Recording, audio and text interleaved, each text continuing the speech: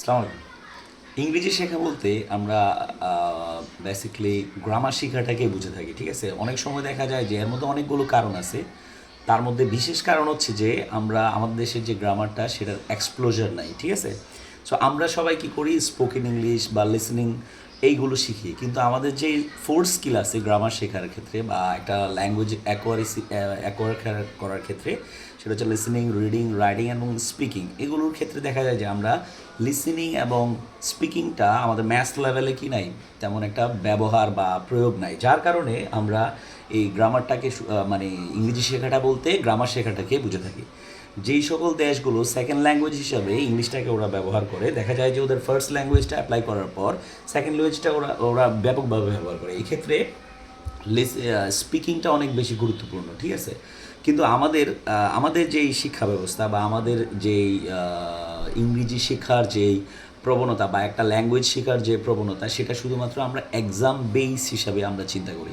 কারণ আমাদের গ্রামারগুলো শুধুমাত্র এক্সামেই আসে, হ্যাঁ। আমরা কিন্তু এগুলো প্র্যাকটিক্যাল লাইফে আমরা ব্যবহার করি না, কারণ আমাদের ম্যাথস পিপল যারা আছে তারা এগুলো ইউটিলাইজ করে না সচরাচর। কারণ আমরা ঘর থেকে বের হওয়ার পরেই নর্মালি অ্যাক্টিভিটিতে আমরা দেখা যায় যে শুধুমাত্র আমরা বাংলায় কথা বলি, দ্যাট মিনস ফার্স্ট ল্যাঙ্গুয়েজে কথা বলি, ঠিক আছে?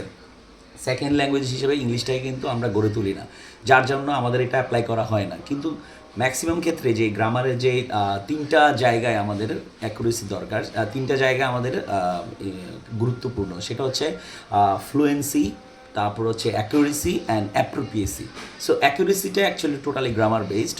সো ইন ফিউচার যদি কোনো একটা স্টুডেন্ট ভালো করতে চায়, তাহলে কিন্তু তার স্পিকিং, লিসেনিং, রাইডিং এবং রিডিং এই চারটা পার্টে কিন্তু তার গ্রামার খুব বেশি ইম্পর্ট্যান্ট। এখন আমাদের দেশের যে যারা ভাষাবিদ আছে, ওরা দেখা যায় যে গ্রামারগুলো এভাবে ব্যাখ্যা করে যে এক এক জায়গা থেকে এক এক ইনফরমেশন নিয়ে এসে ডিফারেন্টভাবে এগুলো তুলে ধরে। তো যেই ব্যক্তি যার কাছে নতুনত্ব পাবে, যে নতুনত্ব গ্রামার নিয়ে আসতে পারবে, সেই মনে করে যে অনেক বেশি কিছু জানে, অনেক কিছু। অ্যাকচুয়ালি কিন্তু অক্সফোর্ড যে ইউনিভার্সিটি বা অক্সফোর্ড থেকে যে গ্রামারটা পাবলিশ করা হয়, অথবা ক্যামব্রিজ থেকে যে গ্রামারটা পাবলিশ করা হয়, এগুলোকে অনেকে আমরা কি ফোকাস করে এগুলোকে আমরা নিজেদের মতো করে আমাদের। কিন্তু গ্রামারের মূল পার্টটা কি? সেন্টেন্স স্ট্রাকচার তো সেম, যেভাবে subject, verb, complement, modifier, manner, place, time হিসেবে আমরা যেভাবে ব্যবহার করি, সব গ্রামারে কিন্তু একই জিনিসটাই লেখা আছে।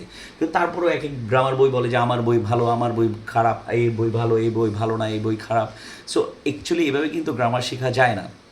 ইংরেজিটা যেহেতু স্কিল ডেভেলপমেন্টের ব্যাপার, সেক্ষেত্রে গ্রামারের সাথে সাথে স্পোকেন, লিসনিং, স্পিকিং এবং রাইটিং তিনোটা পার্টেই, চারটা পার্টেই কী করতে হবে, সমানভাবে দক্ষতা অর্জন করতে হবে। একজন অভিভাবক বা একজন লার্নার যে, সে কিন্তু এই জিনিসটা বুঝে ক্লিয়ার করতে হবে যে কীভাবে পড়লে বা কোন ফর্মগুলো পড়ালে, বা একজন ম্যান্টর যে গ্রামার শেখার বেলায় একজন ম্যান্টরের ভূমিকা কিন্তু অনেক বেশি গুরুত্বপূর্ণ।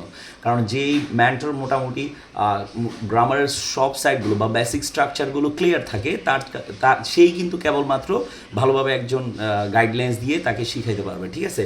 সো ইংরেজি শেখার ক্ষেত্রে যে চারটা স্কিল আছে, তার মধ্যে সবচেয়ে ইম্পর্ট্যান্ট পার্ট হচ্ছে যে গ্রামার এর জন্য অ্যাপ্লিকেবল লাগবে। সো আমাদের দেশের যেহেতু এক্সাম বেস, আমরা শুধুমাত্র গ্রামারটাকে এক্সামেই ইউজ করি, সুতরাং গ্রামার শেখার গুরুত্ব অপরিসীম।